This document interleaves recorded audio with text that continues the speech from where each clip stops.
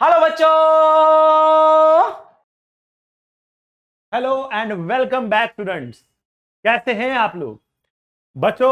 हम लोग simple harmonic motion पढ़ रहे थे और आज हमें बात करनी है दो टॉपिक्स के बारे में। पहला हमारा टॉपिक रहेगा बेटा एंगुलर एसएचएम। लीनियर एसएचएम हम ऑलरेडी पढ़ चुके थे और दूसरी बात हमें करनी है आज damped oscillations and forced oscillations की। ठीक है बच्चों, तो स्टार्ट करते हैं अपना आज का lecture without any further ado. आपके सामने आ गई है पहली स्क्रीन। बेटा ये है एंगुलर एचएम के बारे में। तो एंगुलर एचएम क्या होता है? एंगुलर एचएम क्या होता है?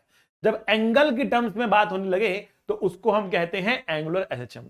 बेटा लीनियर एचएम के अंदर हम लोगों ने कहा था कि एफ बराबर माइनस के एक्स होता है और ए बराबर माइनस ओमेगा स्क्वायर एक्स होता है। ए बराबर माइनस ओमेगा स्क्वायर एक्स होता है। ठीक है बच्चों? अच्छा जी, जब हमारे पास ये ए की वैल्यू आ रही, A equals to minus omega square X आ रहा, तो जब हम इसको एंगल के टर्म में लेकर जाएंगे ना तो ए विल बिकम अल्फा। ये तो एंगुलर फ्रीक्वेंसी है बेटा, ठीक है ना? एंगुलर वेलोसिटी नहीं है, एंगुलर फ्रीक्वेंसी है omega. And x will convert into theta. X क्या बन जाएगा बेटा? थीटा बन जाएगा, एक्स बन जाएगा theta. So alpha equals to minus omega square theta होगा। Alpha is equals to minus omega square theta होगा। आई बात समझ में आपको? ये हमारे पास अल्फा की वैल्यू आ रही, माइनस ओमेगा स्क्वायर थीटा के बराबर आ रही। बहुत अच्छे, बहुत अच्छे। ठीक है, तो जब एंगुलर एसएम की बात करेंगे, एंगल्स के टर्म्स में बात करेंगे ना, तो हम बोलेंगे alpha is equals to minus omega square theta होता है। Alpha equals to minus omega square theta होता है। आई बात समझ में आप लोगों को? बेटा ये हम लिख पाएंगे। लेकिन ये अल्फा आएगा कहां से, ये थीटा आएगा कहां से? दो मेथड है बेटा। एक तो आप टॉर्क से लिख सकते हो, दूसरा एनर्जी से लिख सकते हो, लेकिन यहां पर हम टॉर्क से लिखना प्रेफर करेंगे, तो टॉर्क की बात करेंगे। Tau equals to I alpha होगा, ठीक है ना? सो टॉर्क जब निकालेंगे तो थीटा के टर्म में वो टॉर्क निकलेगा और फिर हम क्या करेंगे, उसको टॉर्क को आई अल्फा लिखकर अल्फा और थीटा की रिलेशन निकालेंगे, वहां से हमें ओमेगा मिल जाएगा। सर बातें तो बहुत हो गई, कुछ करके दिखाओ, कुछ करके दिखाओ तो माने। ठीक है, तो आइए करते हैं और बात करते हैं यहां पर एक सबसे बेसिक कंसेप्ट, इसका नाम है simple pendulum. Simple pendulum NCERT में आपको गिवन है, ये है सिंपल पेंडुलम। बेटा इतना सिंपल है कि नाम में ही सिंपल है, डरने की बात नहीं है। Physics is about simple things. हम केवल सिंपल बातें करते हैं, मुश्किल बातें तो हम करते ही नहीं हैं। अब देखो भैया, अगर हम कहें ये वास्तव, कुछ बच्चे हंस रहे होंगे, सर क्या आप बात कर रहे हैं, फिजिक्स इतना टफ है, आप सिंपल काहे कह रहे हो? अरे भैया सच में सिंपल है। हमारे यहां तो टॉपिक के नाम में ही सिंपल आ रहा है, simple harmonic motion, simple pendulum. मुश्किल चीज तो हम करते ही नहीं है। अब जैसे सिंपल से बताता हूं आप लोगों को। आपने जब केटीजी पढ़ा, आपने जब केटीजी पढ़ा तो आइडियल गैस पढ़कर हमने छोड़ दिया, है ना? रियल में नहीं कूदे ना। केमिस्ट्री वाले सारा रियल में खेलते हैं, डिफिकल्ट चीजें तो वो करते हैं, हम तो आसान चीजें करते हैं भैया। सबसे सिंपल फिजिक्स है, सबसे सिंपल बेटा फिजिक्स है। फिजिक्स बड़े आराम से होती, बहुत साफ सुंदर सब्जेक्ट। जैसा है वैसा दिखता है, वैसा होता है, वैसा ही करता है और वैसे ही आंसर आता है। एकदम सुंदर सब्जेक्ट है। पहले से मालूम होता है कि ये करना है। ठीक है बच्चों, देखो जो बच्चा अच्छा स्कोर करता है, अच्छा रैंक लाता है, उसके नॉर्मली सबसे ज्यादा नंबर फिजिक्स के अंदर रहते हैं। कि physics is highly scoring subject, बहुत ही स्कोरिंग है, ठीक है ना? बट हाँ, स्टार्टिंग में जब कुछ भी आपने नहीं पढ़ा होता या कम पढ़ा होता है तो फिजिक्स सबसे मुश्किल लगता है। लेकिन जैसे जैसे जैसे जैसे आप चीजें पढ़ते चले जाते हो, सारी चीजें आपस में इंटर रिलेट करती हैं और आपको लगता है कि आपको सब कुछ आ गया, थोड़ा पढ़ के सब कुछ आ गया, ये फीलिंग आती है इसके अंदर। ठीक है बच्चों, चलो बढ़ते हैं आगे, बात करते हैं सिंपल पेंडुलम की। अरे हम लिख रहे और गायब भी हो रहा, क्यों?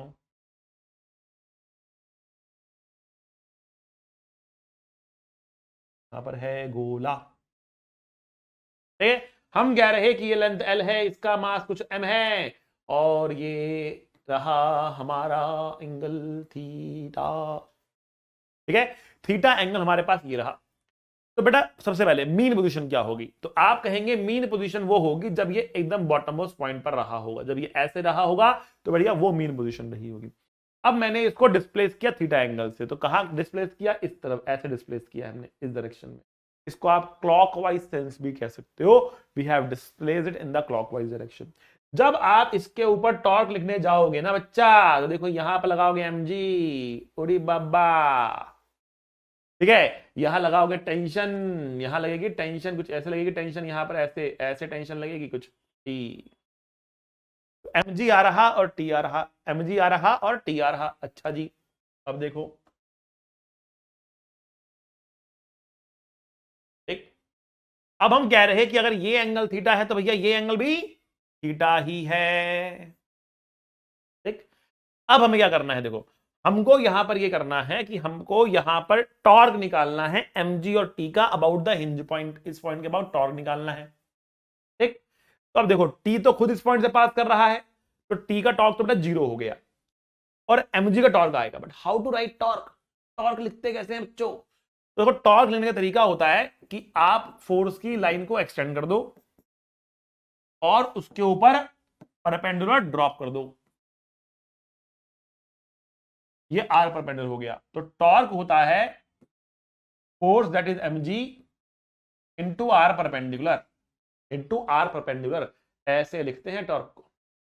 आ रही बात समझ में, ठीक है, बात समझ में नहीं आ रही तो कान मरोड़ देंगे तुम्हारा, और कान जब मुड़ेंगे ना तो कान पे लगेगा टार। हाँ बच्चा, कान को मरोड़ना भी होता है टार, ठीक है ना, तब समझ में आएगा टॉर्क कैसे निकलता है।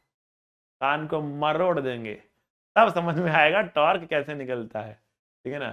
कुछ बच्चे कहने लग गए सर आप स्ट्रिक्ट हो, आप स्ट्रिक्ट हो, स्ट्रिक्ट, स्ट्रिक्ट किस लिए है, आप लोगों के सिलेक्शन के लिए है बेटा, हम स्ट्रिक्ट है आप लोगों के सिलेक्शन के लिए है, ठीक है बच्चों। We are teaching very very very very very very very very very very very seriously, because हम लोग रियलिटी में सीरियस हैं कि आप लोगों का सिलेक्शन हो, ठीक है ना बच्चों। हम पूरे पीडब्ल्यू टीम का बेटा एक ही नारा है कि भैया पढ़ो कहीं से भी, सिलेक्शन यहीं से ही, ठीक है ना। सिलेक्शन तो बेटा पीडब्ल्यू से ही होगा, हम बहुत सीरियसली पढ़ाते हैं बेटा, सिलेक्शन तो पीडब्ल्यू से होगा। सिलेक्शन लेना है तो बेटा पीडब्ल्यू, अब तो सीडब्ल्यू, क्या है सीडब्ल्यू बच्चों, क्या है सीडब्ल्यू है भाई, surprise of the half decade, CW. क्या बात है, क्या बात है, क्या है ये सीडब्ल्यू, ये है सस्पेंस, खुलेगा आगे, खुलेगा आगे, मुझे मक्खन लगाने की जरूरत नहीं, सर बता तो दो, आएगा टीजर नंबर 2 भी आएगा, जल्दी खुलासा होने वाला है सरप्राइज ऑफ हाफ डिकेड का। आज ही मीटिंग हुई है अलग सर से, surprise of half decade is coming, surprise of half decade is coming बच्चा, मजा आने वाला है, मजा आने वाला है। लेकिन मोटा मोटा आपको बताता हूं, we are here for your selection, we are here for your selection, we are serious for your selection, this is a no nonsense platform बेटा, कोर टीचिंग मिलेगी आपको, जबरदस्त टीचिंग है बेटा आप लोगों के लिए, पूरी मेहनत कर रहे हैं, मेहनत देखो कितनी है, देखो देखो देखो बच्चा, अभी हाल ही में हमारा एक्सीडेंट हुआ है, यहां चोट लग गई है, घुटना टूट गया है, बाइक पर आ रहे थे, रिकॉर्ड करके आ रहे थे आपके लिए लेक्चर है, और पीछे से गाड़ी वाला टीव मार गया, ठीक है, हम गिर गए, गाड़ी वाला रुका नहीं, हिट एंड रन, ठीक है ना। दिमाग में चल रहा था, अरे बाबा क्लास लेनी है, क्लास लेनी है, हमारे पेस के बच्चों की क्लास लेनी है, क्या करेंगे, क्या करेंगे भैया, चोट लग गई है लेकिन फिर भी क्लास लेंगे आप लोगों के लिए क्लास बच्चा, एंड तक सारी चीजें पूरी करा कर देंगे आप लोगों को, ए टू जेड आपको सारी चीजें पढ़ाई जाएंगी बेटा, कुछ नहीं छोड़ेंगे आप लोगों के लिए, सब कुछ आपको कराया जा रहा है, शिद्दत से फॉलो करना है। बहुत सारे बच्चे पूछ रहे हैं, बहुत सारे बच्चे पूछ रहे हैं सर क्या इतना काफी है, क्या इतना काफी है, बेटा इतना करा दिया है, इतना करा दिया है, इतना करा दिया है भैया, इससे इसको पढ़ लिया, इसको कर लिया, नीट मेंस आराम से निकल जाए, आराम से निकल जाएगा। हाँ, क्वेश्चन की प्रैक्टिस करनी है, बहुत सारे क्वेश्चंस की प्रैक्टिस करनी है। अभी देखो होता क्या है, होता क्या बच्चों, होता यह है कि अगर मुझे साइकिल सीखनी है तो साइकिल सीखने के लिए मैं एक ट्रेनर के पास गया, ट्रेनर ने बोला कि भैया साइकिल पे चढ़ जाओ, पैडल मारो, फटफट फटफट, जल्दी जल्दी, कॉन्फिडेंस रखो, अपना पोस्चर स्ट्रेट रखो, घट पैडल मारो, गाड़ी बाइक साइकिल चलेगी आपकी आगे, ठीक है ना। खूब थ्योरी उसने पढ़ाई, खूब थ्योरी पढ़ाई आपने, तो क्या आप थ्योरी सुन के साइकिल चलाना सीख जाएंगे? नहीं सीख पाएंगे। कब सीखेंगे? जब मैदान में साइकिल लेकर निकलेंगे, 2 बार गिरेंगे, 4 बार उठेंगे, तब जाकर आप साइकिल चलाना सीखेंगे। बेटा यही है आपका कंपटीशन, यही है आपका ट्रेनिंग का तरीका कि आपको क्वेश्चन करने पड़ेंगे, गिरोगे, फंसोगे, सोचोगे, निकलोगे, तब जाकर आप लोग ट्रेन हो पाओगे, तब जाकर आप क्वेश्चन सॉल्व करना सीख पाओगे। थ्योरी दे दी गई है। अब जैसे कोई बच्चा आया, मुझसे पूछा कि सर मुझे चेस खेलना सिखा दो, सर मुझे चेस खेलना सिखा दो, सर मुझे चेस खेलना सिखा दो, मुझे चेस का चैंपियन बनना है, सर मुझे चेस खेलना सिखा दो। ठीक है, आओ हम सिखाएंगे तुम्हें, I will make you learn how to play chess. अच्छा जी, आया बच्चा बैठा, मगर देखा इसको, ये क्या है, ये हाथी है, ये सीधा चलता है। इसको देखा, ये घोड़ा है, ये छलांग मार के चलता है, 2.5 कदम चलता है ये भैया, ठीक है ना। ये ऊंट है, ये रानी है, ये राजा है, ये प्यादा है। सारा गेम समझा दिया उसको, तो क्या वो गेम का चैंपियन बन जाएगा क्या? क्या मुझको हरा देगा क्या वो? हाँ भैया, हरा भी सकता है, नहीं भी, डिपेंड करता है कि उसने कितना गेम खेला। केवल रूल्स जानने से नहीं सीख पाएगा। जब वो 50 बार गेम खेलेगा, 1000 रूल्स देखेगा, 1000 मूव्स देखेगा, उसको एनालिसिस करेगा कि ओ भाई ये हुई कोई चाल, ठीक है ना, तब उसको वो मूव्स दिखने शुरू होंगे, तब उसको वो चाल दिखनी शुरू होंगे, तब वो सामने वाले को समझ पाएगा कि वो कहां गलती कर सकता है, कहां फंस सकता है, कैसे उसको फंसाया जा सकता है, कौन से ऐसे सेट मूव्स हैं जिससे गेम को 4 शॉट्स में हम खत्म कर सकते हैं। आई बात समझ में आपको, ठीक है ना। तो कहने का मतलब सिर्फ सीधा साधा इतना सा है कि भैया लगे रहो, डटे रहो, मेहनत करते रहो, इतना पढ़ा रहे हैं कि सिलेक्शन हो जाएगा। सिलेक्शन की गारंटी है बेटा, अगर आप मेहनत करोगे सिलेक्शन की गारंटी है, कहीं सिलेक्शन नहीं जाएगा, यहीं से होगा, यूट्यूब के प्लेटफॉर्म से भी होगा। पढ़ते जाओ अच्छे से, पढ़ते जाओ अच्छे से बेटा, बढ़िया से पढ़ो, सारा कंटेंट आप लोगों को दे रहे हैं, जबरदस्त तरीके से दे रहे हैं, पढ़ते जाओ, ठीक है। तो हमने कहा कि टॉर्क क्या होता है, टॉर्क होता है mg into r perpendicular, mg into r perpendicular होता है, ठीक है ना। अब सर आप तो बातों बातों में निकल गए, आपने बताया ही नहीं कि sir price of half decade क्या है, क्या है, क्या है, क्या है, क्या है। वो सस्पेंस है बच्चा, सस्पेंस है। mg into r perpendicular, mg into r perpendicular. अब ये आर परपेंडिकुलर कितना है, तो हमने कहा ये l है, थीटा के साथ में होता है कॉस थीटा, तो ये l कॉस थीटा हो गया, दूसरे वाला बेटा l साइन थीटा हो गया। आई बात समझ में? तो हम यहां पे लिखेंगे टॉर्क बराबर mg and r perpendicular is L sin theta, r perpendicular is L sin theta, तो torque equals to mg into L sin theta। आई बात समझ में? टॉर्क, अब देखो टेंशन का टॉर्क 0 है क्योंकि टेंशन खुद इस पॉइंट से पास कर रहा है। अगर कोई फोर्स किसी पॉइंट से पास कर जाता है उसका टॉर्क 0 हो जाता है, तो टेंशन पास कर रहा है, टॉर्क 0 हो गया। mg तो इससे पास नहीं कर रहा, तो उस पर r परपेंडिकुलर लिख दिया हमने, ठीक है। अब दूसरी बात देखो, यहां पर थीटा था क्लॉकवाइज, अब जो ये जो फोर्स लग रहा इसको वापस लाने की कोशिश करेगा, इसको वापस लाने की कोशिश करेगा, मतलब थीटा से उल्टा लग रहा होगा, ठीक है ना। तो अगर थीटा से उल्टा है तो बेटा मुझे एक नेगेटिव साइन डालना पड़ेगा, बिकॉज अगर थीटा पॉजिटिव तो टॉर्क नेगेटिव होगा। तो मैंने जिस डायरेक्शन में थीटा लिया उस डायरेक्शन को पॉजिटिव मारा, टॉर्क अपने आप ही नेगेटिव निकलकर आ गया। आया समझ में? अच्छा जी, अभी टॉर्क क्या चीज है? टॉर्क होता है बेटा I into alpha, torque is I into alpha. I क्या होता है बेटा? मूवमेंट ऑफ इनर्शिया होता है, I is movement of inertia, ठीक है ना। Now, what is movement of inertia of a particle? एक पार्टिकल का मूवमेंट होता है mr स्क्वायर, mr स्क्वायर, तो m r हमारे पास l है, l square into alpha is minus mg l into sine theta, m से m गया, एक l से एक l गया, अल्फा की वैल्यू आ रही minus g by L into sine theta, ठीक है ना। अब जो साइन थीटा है, यहां पर साइन थीटा आ रहा, और मैंने आपको कहा कि आना क्या चाहिए, थीटा आना चाहिए, बट यहां तो साइन थीटा आ रहा है, तो क्या ये एसएचएम है? नहीं है, दिस इज नॉट एसएचएम, क्योंकि थीटा नहीं आ रहा। लेकिन किंतु परंतु अगर मगर अगर हम क्या करें यहां पर, अगर हम और if theta is very small then sine theta is nearly equals to theta.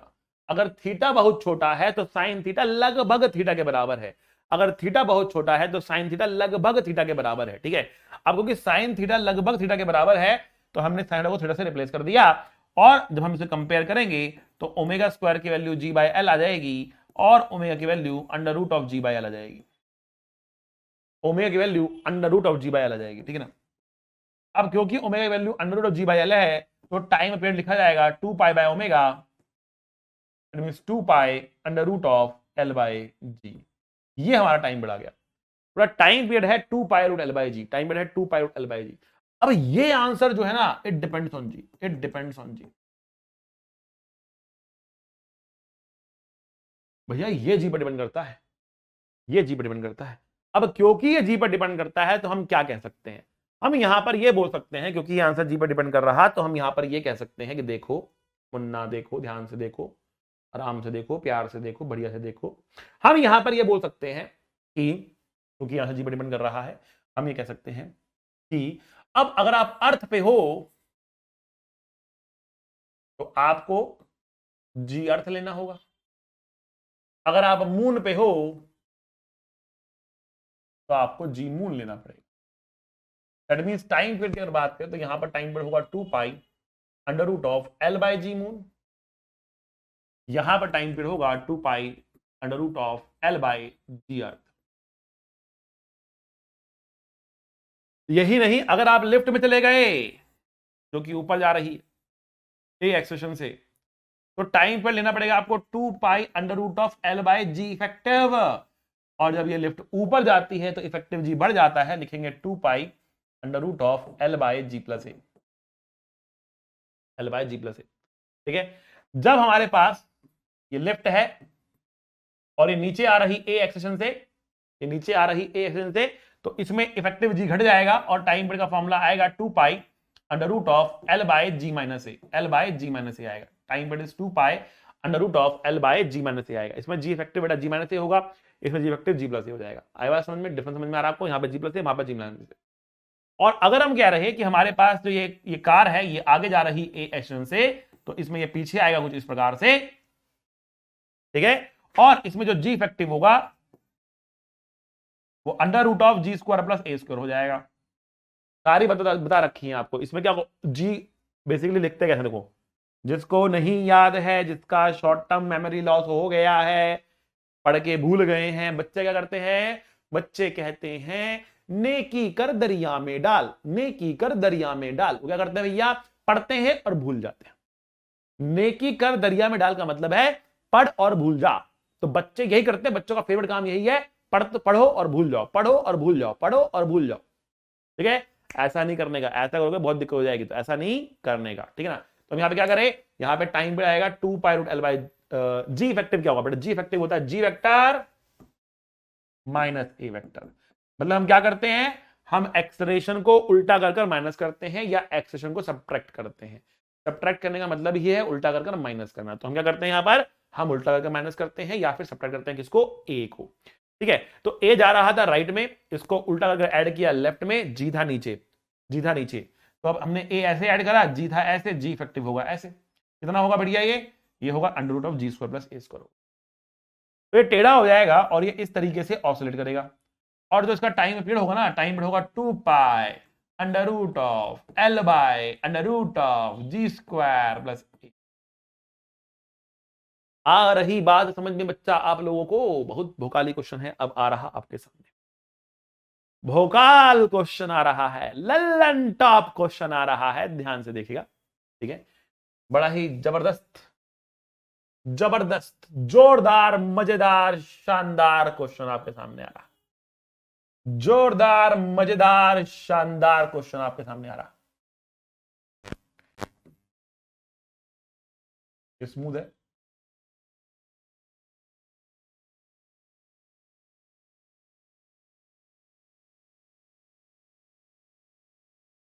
ये एल है, और इसको रिलीज कर दिया।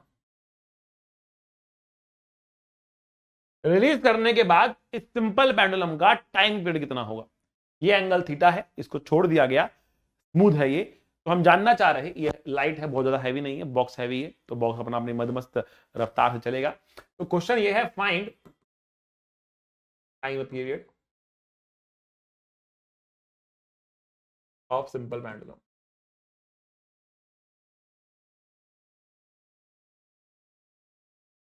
सिंपल पेंडुलम का टाइम पीरियड कितना होगा भैया। तो आपको क्या निकालना, आपको जी इफेक्टिव निकालना। अगर आपने जी इफेक्टिव निकाल लिया तो आप इस क्वेश्चन को बना ले जाएंगे। तो आइए देखते हैं कितना आएगा जी इफेक्टिव, कितना आएगा जी इफेक्टिव।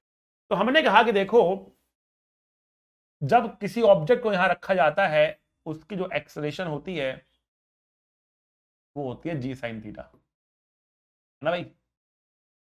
किसी भी ऑब्जेक्ट को रखो, छोड़ो, मतलब हम कह रहे हैं कि अगर आपके पास ये ऑब्जेक्ट है, यहां रखा आपने, ये जाएगा कितने से, जी साइन थीटा से जाएगा। न्यूटन लॉज में हम कई बार इसको कर चुके हैं, m g sine m g cos theta, m g cos theta cut जाता है किससे, नॉर्मल रिएक्शन से।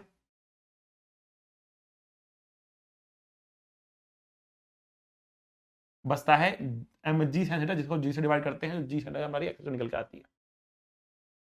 तो जो ये ब्लॉक है, ये नीचे जा रहा, किस एक्सेलरेशन से जा रहा, जी साइन थीटा से नीचे जा रहा है, जी साइन थीटा से नीचे जा रहा है। ये हमारे पास ए है। अब इस ब्लॉक के अंदर हम जानना चाहते हैं कितनी एक्सेलरेशन होगी। तो हमने कहा कि हम क्या करेंगे, हम यहां पर एक बार तो नीचे की तरफ जी लगाएंगे और इस ए को उल्टा कर ऐड करेंगे। इस जी को नीचे लगाएंगे और इस ए को उल्टा करके ऐड करेंगे, जी को नीचे लगाएंगे, ए को उल्टा करके ऐड करेंगे, जी को नीचे लगाएंगे, ए को उल्टा करके ऐड करेंगे। आई बात समझ में, जी नीचे जा रहा, ए को उल्टा करके ऐड कर दिया, ठीक है भैया। अब देखो,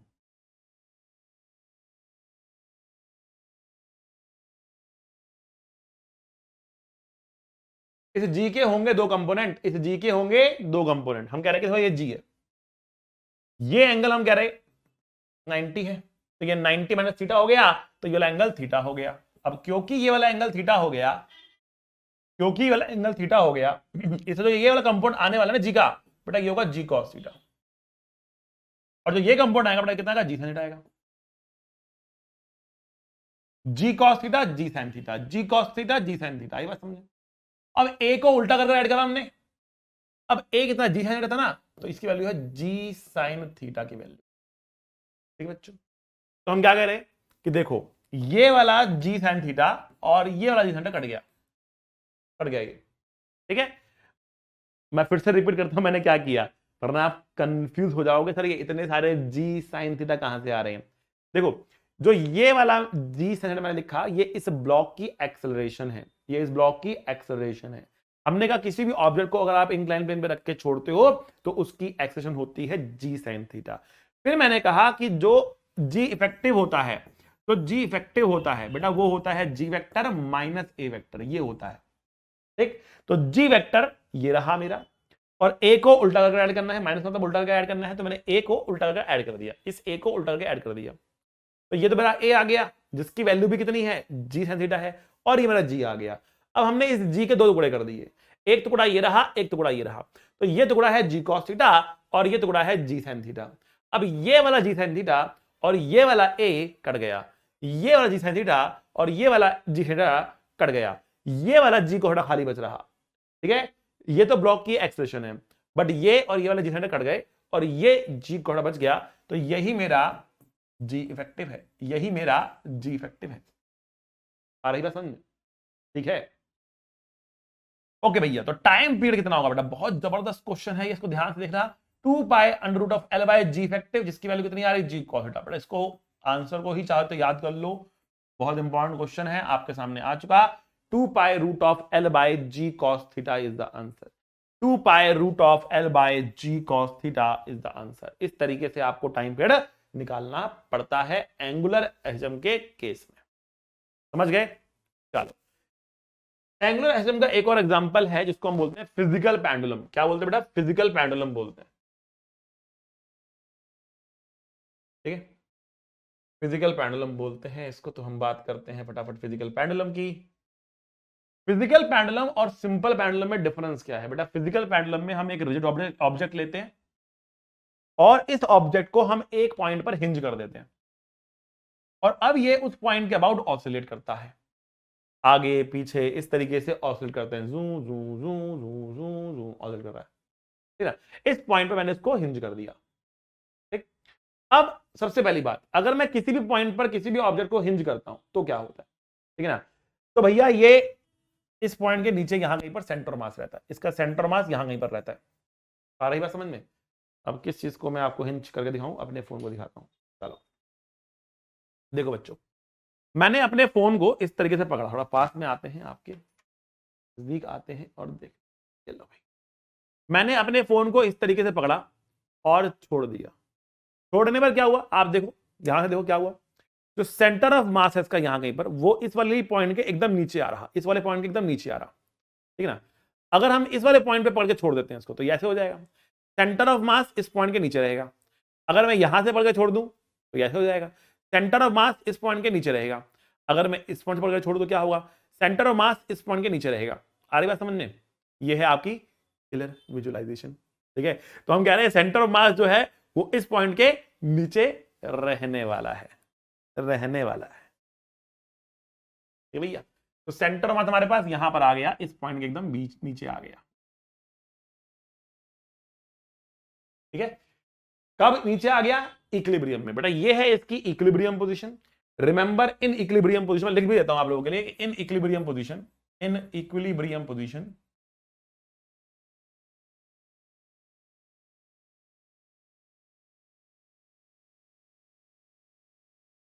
center of mass will always lie below the hinge point। Equilibrium position में सेंटर ऑफ मास हमेशा हिंज पॉइंट के नीचे लाई करता हुआ आपको मिलेगा, सेंटर मास यहां पे, हिंज पॉइंट यहां पे। एंड लेट अस से कि जो ये डिस्टेंस आ रहा है, ये डिस्टेंस डी हमारे पास है, ये डिस्टेंस डी हमारे पास, इस पॉइंट के नीचे सेंटर मास ये डिस्टेंस हमारे पास डी आ रहा।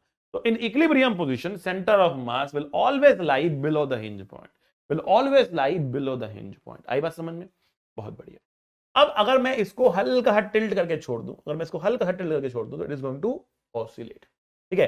तो जैसे ही मैं इसको टिल्ट करूंगा, सेंटर ऑफ मास कुछ घूम के यहां कहीं पर आ जाएगा, फिर mg लगेगा सेंटर ऑफ मास पे, तो mg लग जाएगा ऐसे, ठीक है ना। और फिर वो इसके बाद एक टॉर्क पैदा कर देगा जो उसको वापस आने की कोशिश करेगा। वही सारी कहानी, वही सारी कहानी है बच्चा, वही सारी कहानी है जो तुमको सुनानी है, ठीक है।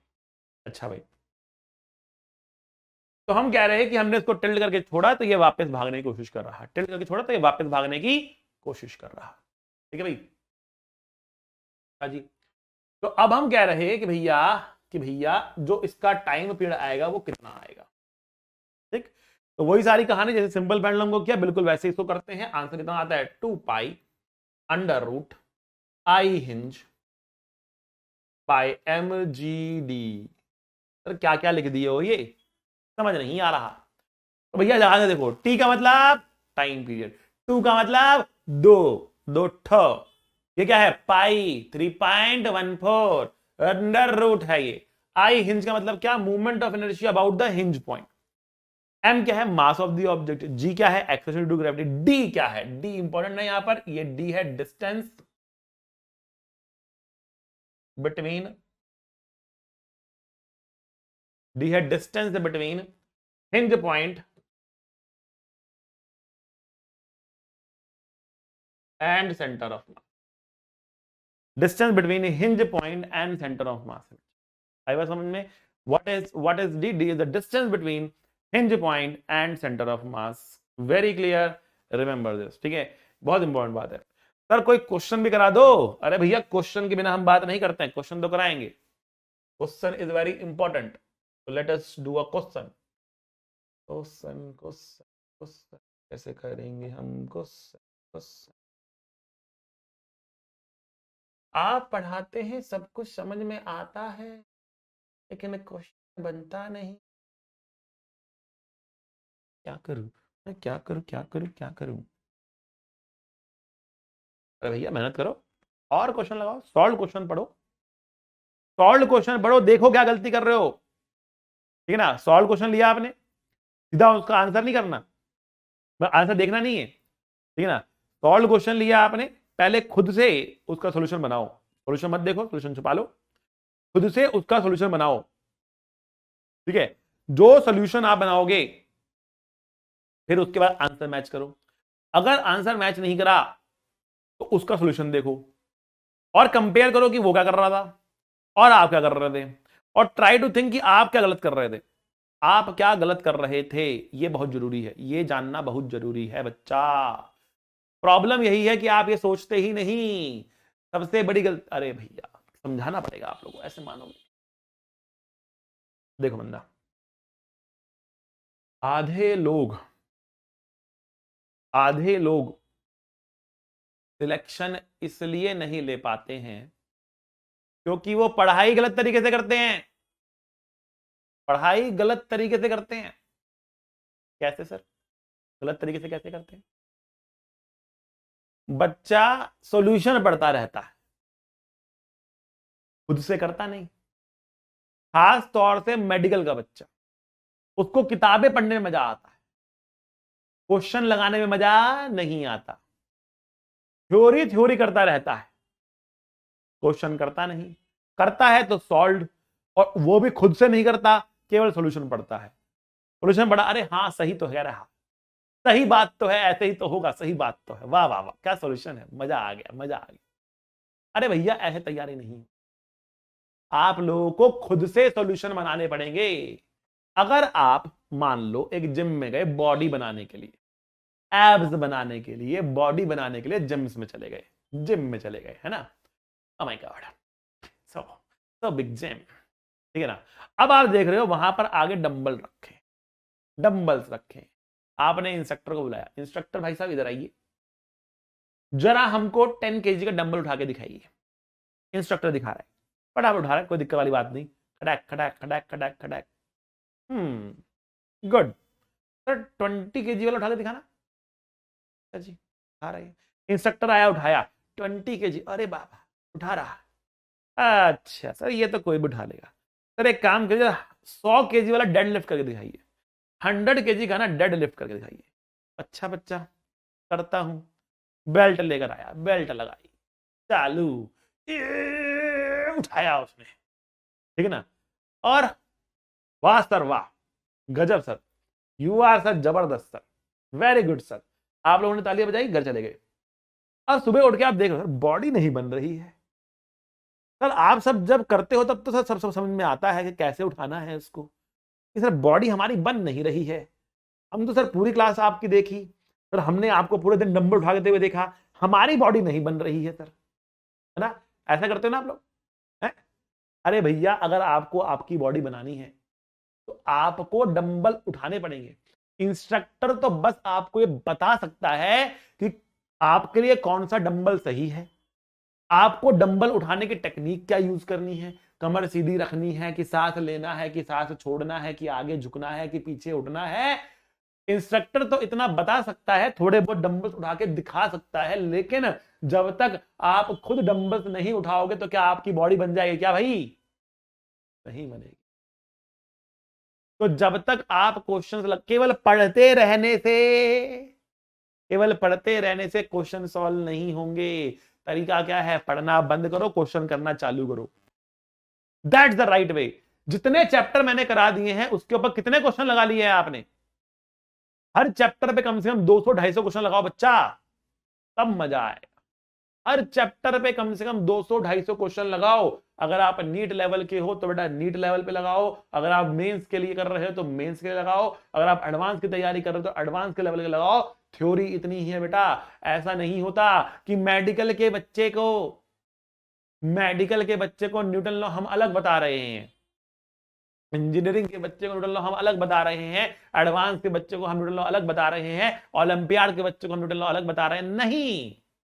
अरे भैया रोहित गुप्ता भी वो ही आपको न्यूटन लॉ बताएंगे जो न्यूटन लॉ आपको अलग सर बताएंगे, वही न्यूटन लॉ आपको बाकी लोग भी बताएंगे, ठीक है ना। न्यूटन लॉ तो न्यूटन लॉ है, जो न्यूटन कह गया बस लॉ बन गया। अब वही हम आपको बता रहे हैं, ठीक है ना। हाँ, थोड़ा बहुत बताने के तरीके में अंतर हो सकता है, समझाने के तरीके में अंतर हो सकता है, कि बात तो वही है भैया, बात तो वही है। और बता देने से कुछ नहीं होगा, उसको आपको अपनाना होगा। अरे हर बात का मीनिंग लोग अलग अलग निकालते हैं, हर बात का मीनिंग लोग अलग अलग निकाल लेते हैं, ठीक है ना। ये तो लॉ है, लॉ के तो लोग न जाने क्या क्या मतलब सोच के बैठते हैं, किसी के दिमाग में कुछ, किसी के दिमाग में कुछ, किसी के दिमाग में कुछ। टेक्निकल बात भैया, टेक्निकल बात है। तो आपको यह समझना पड़ेगा, आपको यह समझना पड़ेगा भैया जो न्यूटन का लॉ रोहित सर ने बताया या अलग सर ने बताया, किसी भी टीचर ने बताया या किताब में आपने पढ़ा, उसकी इंप्लीकेशंस क्या है, उसको अलग अलग अलग जगह पर लगा कर देखो, अलग अलग अलग क्वेश्चन में लगा कर देखो, एफबीडी बनाकर देखो, कंपोनेंट्स लेके तोड़ के देखो, देखो कि आंसर आ रहा नहीं आ रहा, नहीं आ रहा तो क्यों नहीं आ रहा, सही सॉल्यूशन देखो, कंपेयर करो, उसने कैसे किया, आपने कैसे किया, आपका गलत क्यों है, उसका सही क्यों है, गलती ढूंढो अपनी, अपनी गलतियां कम कर दी आपने तो बेटा अपने आप सही रास्ते पर पहुंच जाओगे। कम बेटा, अपनी गलतियां कम कर दी आपने तो अपने आप सही रास्ते पर पहुंच जाओगे। ये बहुत जरूरी है, अपनी मिस्टेक्स जानना बहुत जरूरी है, सही सॉल्यूशन तो आपको अपने आप मिलता हुआ चला जाएगा। सक्सेस तक पहुंचने के लिए कई बारी पहले आपको गलती करनी पड़ेगी, और जब तक सॉल्यूशन पढ़ते रहोगे गलती कहां से करोगे, पढ़ते ही जा रहे हो आप तो बस, है ना भैया। चलो खैर आते हैं वापस यहां पर, और बात कर रहे हैं कि इसका मास m है, लेंथ l है, रॉड हमने यहां पे रखी हुई है, ठीक है ना, इस पॉइंट पर हिंज है, इसको ऑसिलेट करा दिया। What is the time period, तो टाइम पीरियड का फॉर्मूला है 2 pi under root of I hinge divide by mgd। Time period है 2 pi under root of I hinge by mgd। बेटा ये होता है हमारा टाइम पीरियड, बेटा ये होता है हमारा time period. Time period is 2 pi under root of I hinge by mgd। Now tell me what is I hinge. इस रॉड का इस एंड के अबाउट कितना मूवमेंट ऑफ इनर्शिया है, अब लगेगा रोटेशन। तोते उड़ गए, short term memory loss, sir हमको तो याद ही नहीं है, हमको तो याद ही नहीं है, ये हमारी पार्टी हो रही है। वैसे आज मैं इतना खुश इसलिए भी हूं क्योंकि अभी अभी अलग सर ने पार्टी दी। और हम लोगों ने ये भी शूट किया है, ये हमारी पार्टी हो रही है। बहुत मस्त, बहुत मस्त। चलो भैया, तो याद करो बच्चा, नहीं याद है तो जाकर देखो, पढ़ो, रोटेशन प्लेलिस्ट में जाओ, रोटेशन का चैप्टर ढूंढो, मूवमेंट ऑफ इनर्शिया ढूंढो, जाकर देखो रोहित सर ने क्या पढ़ाया वहां पर आपको। Movement of inertia of A rod about the hinge and point is ml square by 3 होता है। आई बात समझ में।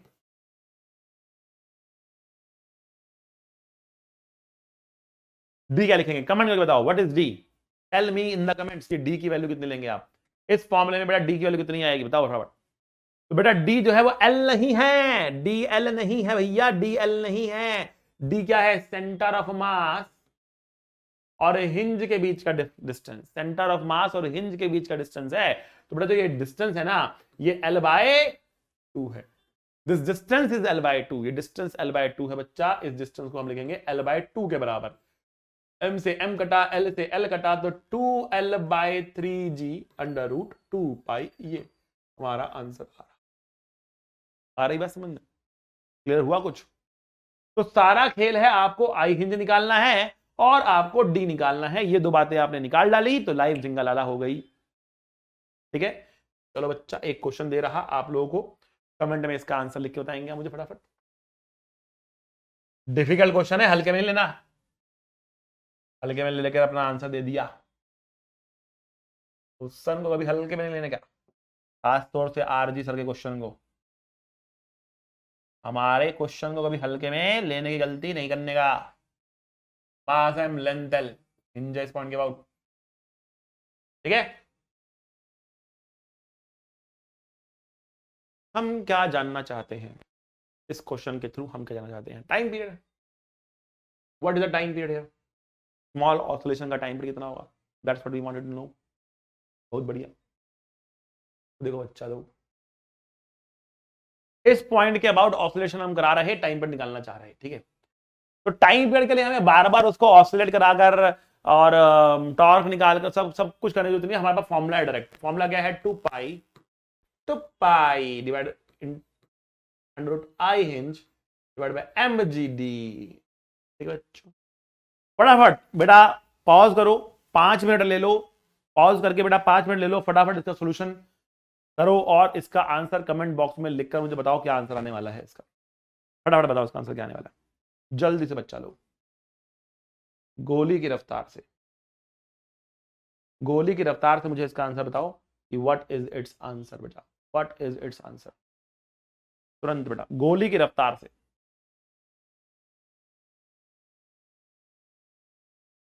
चलो अब जब हम आई हिंज लिखेंगे तो रॉड का मूवमेंट ऑफ इनर्शिया होता है ml²/3, अभी बताया था, और इस बॉक्स का मूवमेंट ऑफ इनर्शिया होगा ml²। कितना दूरी है इसका, कितना दूरी है इसका, l है, तो ml² इसका हो गया और ml²/3 रॉड का हो गया। ml²/3 plus ml², ml²/3 plus ml², आई बात समझ में, डिवाइड बाय कितना मास है, कितना मास है भैया, मास कितना है 2m। सबसे बड़ी गलती बच्चा ये करता है 2m लेता है, नहीं m ले लेता है, तो 2m है into g into d। d क्या लेंगे, बड़ा सारा खेल इसी के अंदर है बच्चा, d क्या लेंगे हम लोग, व्हाट इज d, d की वैल्यू हम यहां पर क्या लेने वाले हैं ये आपको बतानी है। तो हमने कहा कि देखो इसका सेंटर ऑफ मास तो यहां कहीं पर है, इस रॉड के सेंटर पे, और इस ब्लॉक का सेंटर मास तो यहीं पर एंड पर ही है, इसके छोटा ब्लॉक है साइज में, मास तो m ही है इसका भी, ठीक है। तो अब ये डिस्टेंस कितना है हमारे पास, l/2 है, बट इसका मास भी m है, इसका मास भी m है, तो इन दोनों का कंबाइंड सेंटर मास कहां होगा, इनके सेंटर पर होगा। तो जो ये सेंटर ऑफ मास है वो यहां से l/4 पर है, मतलब यहां से 3l/4 डिस्टेंस पर है, तो सेंटर ऑफ मास और हिंज के बीच की दूरी 3l/4 हो गई। तो यहां पर लिखेंगे हम क्या, 2π√4ml²/3, अरे यहां पे लिखेंगे 3l/4, राइट। तो हम यहां पे लिख रहे हैं कितना, 6mgl/4, 6mgl/4 हमें यहां पे लिखना पड़ रहा। तो बेटा ये तो जाएगा ऊपर, 2π√16ml²/18mgl। तो ऊपर से 4 और ऊपर से 16 का 16 बाहर निकल रहा है, नीचे से 9 बाहर निकलेगा, तो 4/3 बाहर निकल रहा, 2π√l/2g हमारा आंसर आएगा, ठीक है भैया, l/2g हमारा आंसर आएगा। तो कितना हो गया, 8π/3 √l/2g, 8π/3 √l/2g, ये हमारा टाइम पीरियड आ गया। आई बात समझ में आप लोगों को, ये हमारा आंसर आने वाला बच्चा, क्लियर, समझ गए बेटा, बढ़े आगे हम लोग। चलो आगे चलते हैं हम लोग, ठीक है। और अब बात करते हैं बेटा डैम्प्ड ऑसिलेशंस की।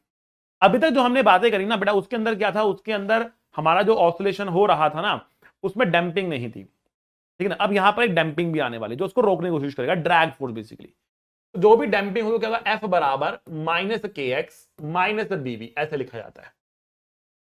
-kx तो बेटा ये होता है रिस्टोरिंग फोर्स, ये होता है रिस्टोरिंग फोर्स, जो कि सिस्टम को, रिस्टोरिंग फोर्स जो सिस्टम को वापस लाने की कोशिश करता है। और -bv का मतलब है, -bv का मतलब है बेटा ये होता है ड्रैग फोर्स, जो उसको रोकने की कोशिश करता है, ये है ड्रैग फोर्स जो उसको रोकने की कोशिश करता है, ठीक है। b हमारे पास है बेटा ड्रैग कोफिशिएंट है, ये क्या है, ड्रैग कोफिशिएंट है, ये ड्रैग कोफिशिएंट है, ठीक है। और f हमारे पास फोर्स हो गया, ठीक है। तो बेटा ये भी एक सेकंड ऑर्डर डिफरेंशियल इक्वेशन बनती है, बिकॉज f को हम क्या लिखते हैं, m × a लिखते हैं, और a क्या होता है बेटा, a होता है d2x/dt²। बेटा ये सेकंड ऑर्डर डिफरेंशियल इक्वेशन होती है, जिसको सॉल्व करना हमारे सिलेबस में नहीं होता, बट सॉल्व करने के बाद क्या आता है वो रिजल्ट आपको याद करना है। सॉल्व करने के बाद आता है x बराबर a sin ωt + phi। आपको सर ये तो बिल्कुल वैसा ही लग रहा है जैसा कि आपने पहले बताया था। हाँ बेटा दिखने में तो वैसा ही है, लेकिन डिफरेंस कहां है, a में। बेटा इसका एक कांस्टेंट नहीं होता, इसका जो एम्पलीट्यूड होता है बेटा वो डिक्रीज करता जाता है। ड्रैग है ना, तो धीरे धीरे एनर्जी खाता जाएगा, वो स्लो होता जाएगा, ठीक है। तो a की वैल्यू लिखी जाती है a0 e to the power -bt/2m, a0 e to the power -bt/2m। तो अब हमारे एक बहुत ही अच्छे मित्र हैं, बहुत ही बढ़िया मित्र है, फास्ट फ्रेंड है हमारे, ठीक है। और इन्होंने, हमने एक बार उनके पास गए हमने कहा सर यार जरा बच्चों को ना ये फॉर्मूला याद करने में बड़ी दिक्कत होती है, ये फॉर्मूला याद करने में बड़ी दिक्कत होती है। सर कुछ कीजिए, कुछ कीजिए इसका, इसमें बच्चों को फॉर्मूला याद करने में बहुत दिक्कत होती है। And he is very foodie, उनको देख के समझ जाओगे, ही इज वेरी फूडी। चलो ठीक है, कुछ करते हैं। तो he made something, I am discussing with you. He made, he said कि देखो भैया, बिट्टू की टिक्की खाओगे तो डबल मोटे हो जाओगे। BT/2M, बिट्टू की टिक्की खाओगे तो डबल मोटे हो जाओ। अच्छा दिल्ली में आई डोंट नो बाहर भी है या नहीं है, लेकिन दिल्ली के अंदर BTW, बिट्टू टिक्की वाला बड़ा ही फेमस है। BTW बहुत ही फेमस है। तो उसने कहा कि बिट्टू की टिक्की खाओगे तो डबल मोटे हो जाओगे। BT/2M, बिट्टू की टिक्की खाओगे तो डबल मोटे हो जाओगे। वंडरफुल, मुझे बहुत अच्छा लगा, हमने उठा लिया, बट हमारा नहीं है, ईमानदार इंसान है, हमारे फ्रेंड ने बनाया है, उनका है। ठीक है, so a is equal to a nought e⁻⁻bt/2m। बहुत अच्छा है, बहुत वंडरफुल है, लेकिन अच्छी चीजों को बांटना चाहिए, इसलिए आपके साथ बांट रहा। a is equal to a nought e⁻⁻bt/2m आ गया। बिट्टू की टिक्की खाओगे डबल मोटे हो जाओगे, याद रखना। ठीक, कितना एनर्जी है इसका, तो लिखा जाता है एनर्जी बराबर हाफ के ए स्क्वायर का मतलब a0² e⁻⁻bt/m। 2 चला जाएगा बिकॉज स्क्वायर करा हमने, तो स्क्वायर करेंगे तो 2 हट जाएगा ना, -bt/m। तो बेटा एनर्जी का फॉर्मूला ये रहा, एक्स का फॉर्मूला ये, एम्पलीट्यूड का फॉर्मूला ये रहा। एम्पलीट्यूड क्लियरली कैसे डिक्रीज कर रहा है, इसका एक्सपोनेंशियल डिक्रीज कर रहा है। तो अगर आप एक ग्राफ बनाए यहां पर, अगर आप एक ग्राफ बनाए यहां पर, कैसे बनाएंगे ग्राफ, एक्स वर्सेस टी का ग्राफ बनाते हैं, तो जो पार्टिकल का एक्स है वो समय के साथ किस तरीके से चेंज हो रहा है। तो एक काम करते हैं, पहले हम एम्पलीट्यूड दिखाते हैं आपको।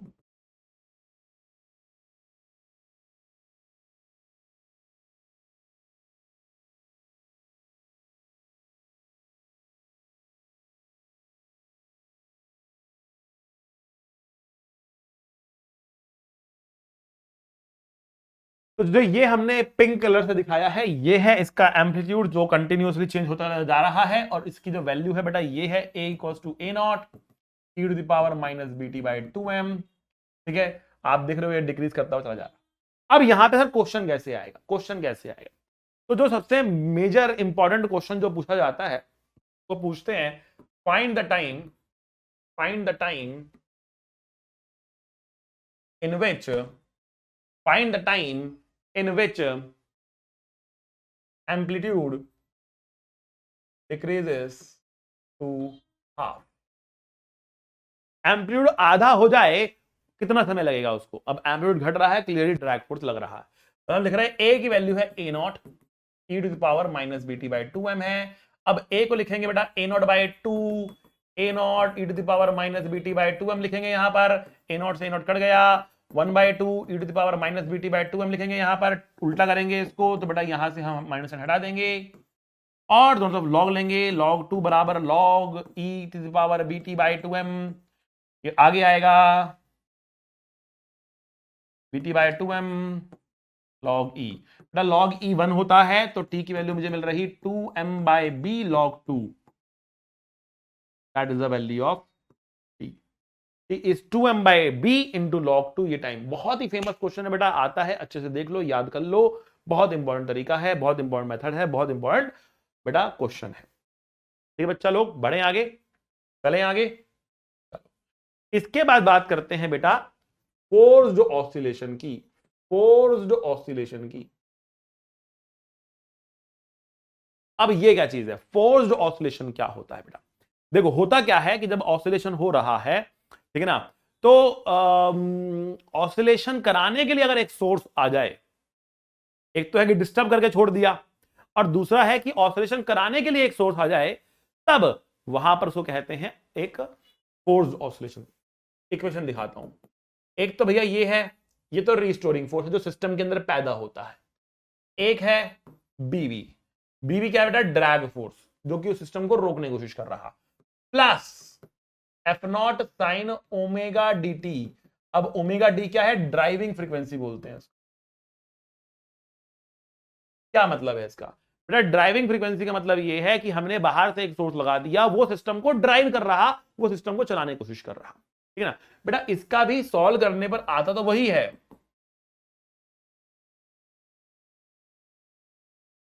लेकिन अगेन यहां पर जो ए होता है ना, वो डिपेंड करता है किस पर, दो चीजों के ऊपर। A depends upon two things. पहला it depends upon omega naught, दूसरा it depends upon omega D. एक तो ओमेगा नॉट पे डिपेंड करता है, एक ओमेगा डी पे। सर ये क्या चीजें हैं? तो ओमेगा नॉट होता है, उसको बोलते हैं नेचुरल फ्रीक्वेंसी। नेचुरल फ्रीक्वेंसी मतलब अगर आप उसको डिस्टर्ब करके छोड़ दो तो जिस ऑसिलेशन से वो ऑसिलेट करना चाह रहा वो है उसकी नेचुरल फ्रीक्वेंसी। आपके पास गिटार की एक स्ट्रिंग है, उसको प्लग करके छोड़ दो, जिस फ्रीक्वेंसी से वो ऑसिलेट करना चाह रहा वो है उसकी नेचुरल फ्रीक्वेंसी। वहीं पर एक ट्यूनिंग फॉर्क लाकर उससे टच कर दो तो वो उसको अपनी फ्रीक्वेंसी के हिसाब से चलाने की कोशिश करेगा। अब तार उसको अच्छा रिस्पॉन्स करेगी नहीं करेगी वो एक अलग बात है, ठीक है ना। तो उसकी बात हम आगे चल के करेंगे। तो ओमेगा डी क्या है? ओमेगा डी है ड्राइविंग फ्रीक्वेंसी। ड्राइविंग फ्रीक्वेंसी ये किसकी फ्रीक्वेंसी है बेटा? ये सोर्स की फ्रीक्वेंसी है। तो बेटा ये सिस्टम की फ्रीक्वेंसी है, ये सोर्स की फ्रीक्वेंसी है, ठीक। अब हम ये कह रहे हैं कि इफ अगर omega D equals omega naught, अगर दोनों बराबर हो गए ना, देन एक रेजोनेंस हो जाती है, resonance occurs, then resonance occurs and amplitude increases very much, बहुत ज्यादा एम्पलीट्यूड बढ़ जाता है। और अगर ये बराबर नहीं होते तो एम्पलीट्यूड इतना ज्यादा नहीं होता। तो बेटा यहां पे ग्राफ जब बनाकर दिखाया जाए आपको, देखो बेटा हो क्या रहा, हम कह रहे हैं कि ये एम्पलीट्यूड है, ये ओमेगा है, ओमेगा डी कह जाता है ड्राइविंग फ्रीक्वेंसी है। तो आपको ग्राफ मिलता है कुछ ऐसा, और ये जो पीक आपको मिल रही है एम्पलीट्यूड की, ये तब आ रही है जब ओमेगा डी ओमेगा नॉट के बराबर है। तो अगर आप अलग अलग सोर्स लेकर आ रहे हो in contact with the system, वो सोर्स उस सिस्टम को नचाने की कोशिश करेगा, चलाने की कोशिश करेगा, ऑसिलेट कराने की कोशिश करेगा, लेकिन अलग अलग फ्रीक्वेंसी पे एम्पलीट्यूड अलग अलग आएगा। लेकिन वो फ्रीक्वेंसी जिस पर ओमेगा डी ओमेगा नॉट बराबर होगा उस पर एम्पलीट्यूड मैक्सिमम हो जाएगा। इस कंडीशन को बोलते हैं बेटा रेजोनेंस। प्रैक्टिकली भी इसके एग्जांपल्स आपके सामने होते हैं। आपके घर के पास से जब एक गाड़ी निकल जाती है जिसमें एक बड़ा म्यूजिक सिस्टम लगा हुआ होता है, तो जो म्यूजिक सिस्टम होता है वो आपके घर के कांच के शीशे को वाइब्रेट करा देता है। तो वो गाड़ी निकल के जाती है, आपके घर के शीशे भी कांप रहे होते हैं। तो वो क्यों कांपते हैं गाड़ी के आने पर, जिसमें म्यूजिक चल रहा है खास तौर से? तो बेटा वो इसलिए कांपते हैं बिकॉज उस म्यूजिक की आवाज आपके घर में लगे हुए शीशों के नेचुरल फ्रीक्वेंसी से मैच कर जाती है। जब वो मैच करती है तो उनका जो ऑसिलेशन का टाइम पीरियड वो बहुत ही बढ़ जाता है। अब मैं बार बार बोल रहा हूं रेजोनेंस हो रही है, बढ़ रहा है, लेकिन आपको समझ में नहीं आ रहा होगा, आपको फील नहीं आ रही होगी कि सर वो बढ़ कैसे रहा है, ये समझ नहीं आ रहा, ऐसा क्या हो रहा है दोनों के बराबर होने पर। तो थोड़ी सी फील लाने की करते हैं कोशिश, ध्यान से सुनना इस कहानी को, ठीक है। थोड़ी सी फील लाने की कोशिश कर रहे हैं, ध्यान से सुनना हमारी इस कहानी को। तो हो क्या रहा, बाला जो है वो झूलना चाह रहा है, बाला झूलना चाह रहा है, बहुत दिनों के बाद बाला आया है। ध्यान सुनो, एक पार्क में वो गया, पार्क में लगा है झूला, पार्क में लगा है झूला, वो झूले पे झूलना चाहता है, लेकिन हमारा बाला है अकेला, बेचारा वैलेंटाइन पर भी अकेला रहता है, ठीक है ना। बहुत पढ़ाकू है हमारा बाला, एक्सपेरिमेंट्स करता रहता है, ठीक है ना।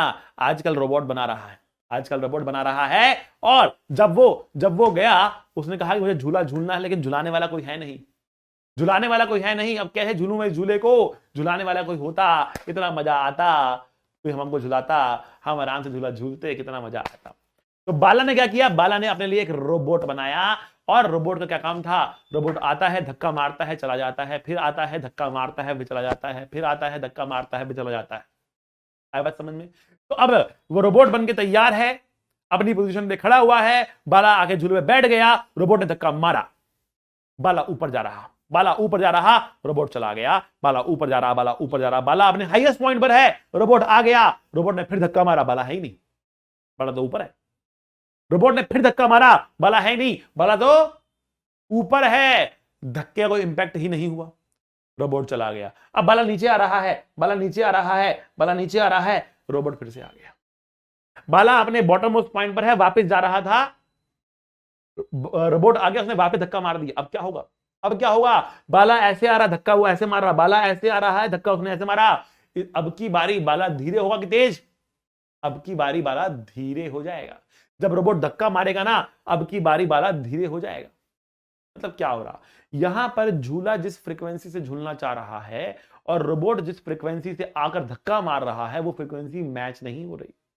मैच ना होने की वजह से क्या हो रहा, कभी तो उस रोबोट का धक्का उसका एम्पलीट्यूड बढ़ाएगा और कभी कभी उसका धक्का एम्पलीट्यूड को घटा भी देगा, ठीक है ना। कभी एम्पलीट्यूड बढ़ाएगा, कभी एम्पलीट्यूड घटाएगा, कभी एम्पलीट्यूड बढ़ाएगा, कभी एम्पलीट्यूड घटाएगा, ठीक है ना। और अच्छी तरीके से झूला नहीं झूल पाएगा। अब देखो व्हाट विल हैपन अगर रेजोनेंस हो जाए, अगर इनकी फ्रीक्वेंसी मैच हो जाए तो किस तरीके से एम्पलीट्यूड शूट अप करेगा, अभी आपको समझ में आने वाला बच्चा। बाला बैठा है, रोबोट आया, रोबोट ने धक्का मारा, बाला ऊपर चला गया, रोबोट चला गया। बाला हाईएस्ट पॉइंट पे, रोबोट नहीं आया, बाला नीचे आ रहा है, रोबोट नहीं आया, बाला पीछे जा रहा है, रोबोट नहीं आया, जब वापस से आ रहा है रोबोट आया, धक्का मारा, अब की बारी बाला और ऊपर, अब की बारी बाला और ऊपर। हर बारी जब बाला नीचे आता है और आगे जा रहा होता है, उसी टाइम पे रोबोट आता है, धक्का मार के उसको अगली बार और ऊपर और ऊपर और ऊपर और ऊपर। बाला तो बहुत ऊपर निकल जाएगा। जैसे फिजिक्स वाला ऊपर जा रहा वैसे बाला भी ऊपर जा रहा, ठीक है ना। आप लोगों का प्यार है बच्चों, आप लोगों का प्यार है, फिजिक्स वाला इतना ऊपर जा रहा, आप लोगों का प्यार है बच्चों, इसलिए आपका सिलेक्शन फिजिक्स वाला करा के देगा, ठीक है बच्चों। तो देखो हम क्या कह रहे हैं, हम कह रहे हैं कि भैया झूला ऊपर जा रहा, झूला ऊपर जा रहा, झूला ऊपर जा रहा, तो झूले के ऊपर जाने की लिमिट क्या है, झूला कितना ऊपर जाएगा, क्या क्या बाला ऐसे गोल गोल गोल गोल गोल गोल घूम जाएगा। तो देखो बच्चों, कितना ज्यादा एम्पलीट्यूड होगा या कितना कम एम्पलीट्यूड होगा ना, वो डिपेंड करता है कितना ज्यादा ड्रैग फोर्स सिस्टम में लगा हुआ है, कितना ज्यादा ड्रैग फोर्स सिस्टम में लगा हुआ है। अगर ड्रैग फोर्स ज्यादा है, डैंपिंग ज्यादा है, तो ये एम्पलीट्यूड इस तरीके से आएगा आपके पास, छोटा एम्पलीट्यूड बनेगा, पर होगा तब भी मैक्सिमम ही, आसपास वालों से ज्यादा ही होगा। और अगर डैंपिंग है ही नहीं, अगर डैंपिंग बेटा है ही नहीं, तो इनफाइनाइट एम्पलीट्यूड हो जाएगा। अगर डैंपिंग है ही नहीं तो बेटा इनफाइनाइट एम्पलीट्यूड हो जाएगा, वो गोल गोल गोल गोल गोल गोल घूमता जाएगा और उसकी रफ्तार भी बढ़ती चली जाएगी, और उसकी रफ्तार भी बढ़ती चली जाएगी। आई बात समझ में बेटा, वो गोल गोल गोल गोल घूमता जाएगा और उसकी रफ्तार भी बेटा बढ़ती हुई चली जाएगी। तो हम कह रहे रेजोनेंस पर पीक आने वाली है, रेजोनेंस पर बेटा पीक आने वाली है इस तरीके से। क्लियर, समझ गए, मजेदार। तो बेटा ये होता है फोर्स्ड ऑसिलेशन, जब सोर्स की फ्रीक्वेंसी सिस्टम की फ्रीक्वेंसी से मैच कर जाती है, तो सोर्स की एनर्जी कंटिन्यूसली सिस्टम के अंदर एड अप होती है और उसका एम्पलीट्यूड बढ़ता जाता है, बढ़ता जाता है, बढ़ता जाता है। ठीक, क्लियर। ये था हमारा फोर्स्ड ऑसिलेशन, रेजोनेंस की कंडीशन, ठीक है बच्चों। तो बेटा ये था हमारा एचएम, ये थी सारी कहानी एचएम की। आज के लिए बेटा इतना ही काफी है। पढ़ते रहिए, मुस्कुराते रहिए, be a good human being. मिलेंगे अगले लेक्चर में। सी यू, टाटा, बाय बाय। पढ़ाई करते रहें, ऑल द वेरी बेस्ट।